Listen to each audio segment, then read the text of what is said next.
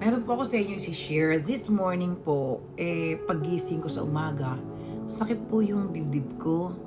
Naramdaman ko may chest pain ako. Alam ko naman ang dahilan nito, cause nito, because of overwork, over-fatigue. Imagine since January 2 or January 3, na mag-start ang January, even Saturday, nag-work po kami. Talaga naman po nga tinapos namin ng January nang walang hinto. Only Sunday for God's Day.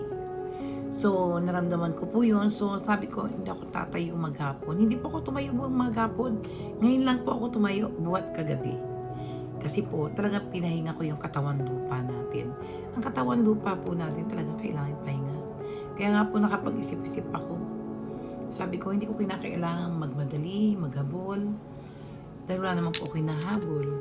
Kaya ang plano ko po ay nagkaroon ako ng plano na this February is easy go lucky tayo. Dahil napagod po ako ng buong January. So, thankful naman ako kay Lord dahil ang buwan ng January is really fruitful month. Talaga naman po pinagpala ng Panginoon.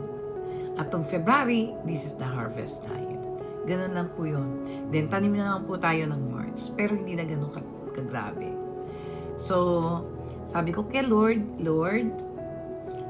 hipuin niyo po ako. Kasi ang ginagawa ko po pa, nagpipray ako. Sabi ko, Lord, linisin mo ang aking puso, ang aking isip, gawin mo ang karapat-dapat sa iyong banal na harapan. Hipuin niyo po ako mula ulong gantalampakan. At lahat ng karamdaman na meron ako, pawiin mo, O Diyos.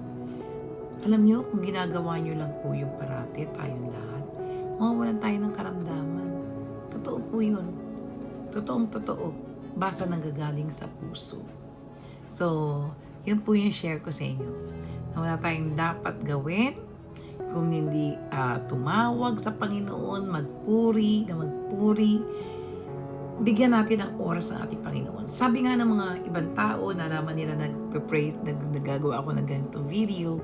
Actually, 3 session ko po everyday. Ang first session ko po, pagdating ko galing ng office, mag-read ako ng Bible doon sa chapter ko sa anak ko. Nasa Kings 2 na po ako. Ang pangalawa po, yung sa Bible study namin ng mga teenagers. So, nandun na po sila sa Exodus. So, ito naman pong aking Bible video, ito po ay nasa Genesis pa lang. 3 po yan.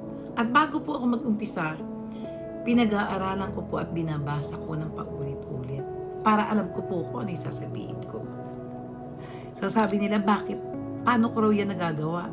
Paano ko raw dahil busy ako? Opo, busy talaga ako.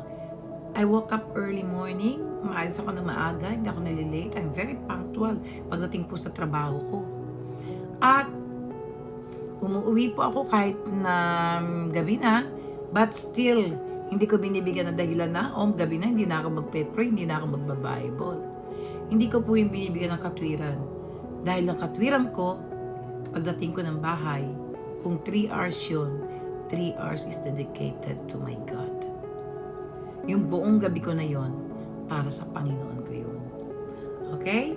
So, sana po tayo meron din ganong oras sa Panginoon.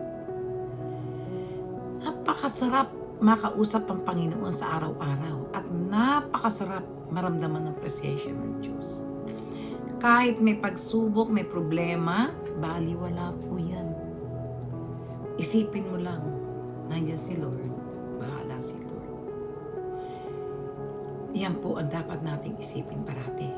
Let us give time to read and understand the words of God. Read the Holy Bible every day. Ako po, morning pagkagising ko, Bible ang hawak ko. Bago ako matulog, Bible pa rin po. Thank you.